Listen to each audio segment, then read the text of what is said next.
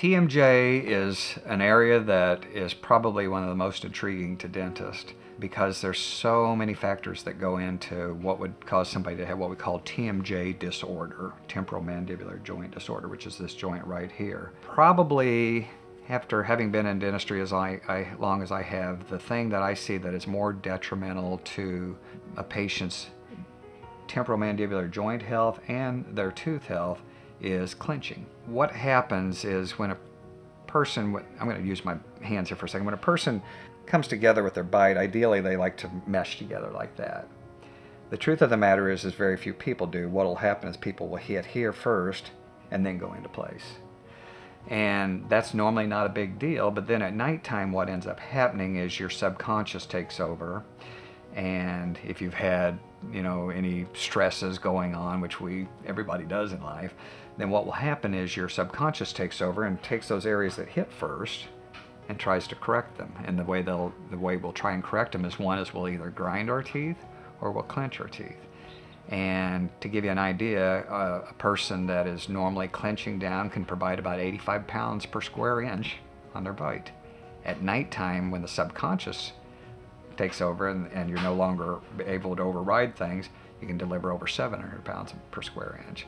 So we see a lot of teeth that are broken, but a lot of times what we see is tremendous force as these muscles through here, the masseter muscles pull, then they put tremendous stress on that TMJ joint. And that's where we see a lot of the pain that occurs. The thing that we have found that is best is to go after the source of what's causing that clenching and that grinding. And you can't get rid of all those areas that people hit because I used to think, I could go in and adjust them and I'd get it just right.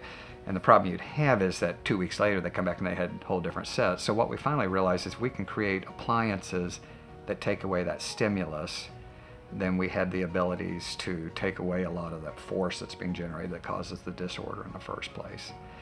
That's the level that we'll take it at. And then a lot of times it might also be a situation where a person has had something as simple as a filling that was too high, and that'll cause them to have I had one in the other day. They had a filling done at another practice about 6 months ago, and they said ever since then they've been waking up with headaches and migraines. And I said, you never had this problem before? No.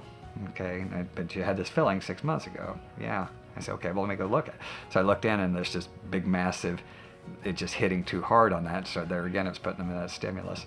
So we were able to get rid of that. And I checked up on them about a week ago, and the migraines have now dropped off to none. So that's a big influencer on things.